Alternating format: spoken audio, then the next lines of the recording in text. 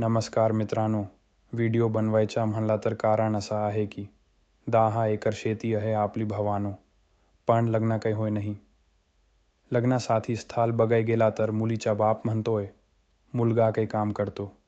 आई घरच्यांना माहीत नाही की अख्खा घरदार आपण कामाला ठेवू शकतो, पण साले पोरगी देत नाही आपल्याला. आता काही भेंचोड आपलीच मजबुरी आहे म्हणून काही जातोय डब्बा घेऊन MIDCला कंपनीमध्ये कामाला. आता सांगितले सगळ्यांना पोरगा कंपनीमध्ये कामाला आहे साहेब म्हणून. भेंचोड तिथे बाकीचे साहेब लोक मला टॅबले आणि फरशी पुसायला सांगतात. करावा लागता रावता लग्नासाठी. इथे आम्ही शेतात ऊसतोडीवाल्याला जितका देतो ना पगार, त्याच्या निम्मा पण मला पगार भेटत नाही. एकदा लग्न होऊ द्या दाखव तो ह्या आय घाल्याना.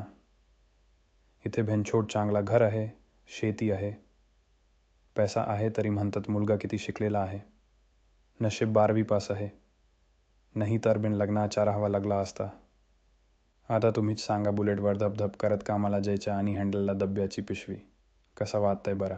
ह्या मदारचोट लोकांना शेतकऱ्यांची किंमत नाही. आता पुढच्या महिन्यात फॉर्च्युनर येणार आहे आपली, आणि मी तिथं MIDCमध्ये जाऊन जादू मारतोय फक्त लग्न करण्यासाठी. माझी जनतेला विनंती आहे की तुम्ही काम बघण्यापेक्षा इन्कम बघा. तुमच्या मुलीला खायला घालू शकता का ते बघा, आणि मुलगी द्या लग्नाला. 80% मुलं MIDCमध्ये साफसफाई करतात आणि तुम्हाला गंदवतात की कंपनीमध्ये साहेब आहे सांगतात. सावधान व्हा ऐकल्यानं तुमच्या मित्र AI ज्ञानी आणि पतवा तुमच्या मित्रांना.